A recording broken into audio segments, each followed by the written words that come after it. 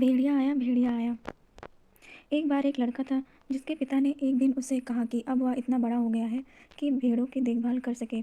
हर दिन वह भेड़ों को घास चरने के लिए ले जाता और उन पर निगरानी रखता। देखते ही देखते भेड़ें बड़े हो गए और उनका ऊन भी घना हो गया था। परंतु वह लड़का दुखी था। वह इन उबाऊ भेड़ों पर नज़र नहीं रखना चाहता था।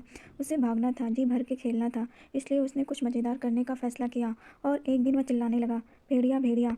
इससे पहले कि भेड़िया किसी भेड़ को खा जाए, उसे भगाने के लिए पूरा गांव पत्थरों के साथ दौड़ता हुआ वहां पहुंचा। जब उन्होंने देखा कि वहां कोई भेड़िया नहीं है, तब वे उसे डांटते फटकारते हुए वहां से निकल गए कि कैसे वह उनका समय बर्बाद कर रहा था और बिना वजह के डरा भी रहा था। अगले दिन लड़का फिर चिल्लाया, भेड़िया भेड़िया, और गाँव वाले फिर से उस भेड़िए को भगाने के लिए दौड़ते हुए वहां पहुंचे। लड़का अपने पैदा किए डर पर हंस रहा था और गाँव वाले वहां से निकल गए और उनमें से कुछ औरों से ज़्यादा क्रोधित थे। तीसरे दिन जब वह लड़का एक छोटी पहाड़ी पर गया तो उसने अचानक एक भेड़िए को अपना भेड़ों पर हमला करते देखा। वह जितना हो सके उतनी जोर से चिल्लाया, भेड़िया भेड़िया भेड़िया भेड़िया।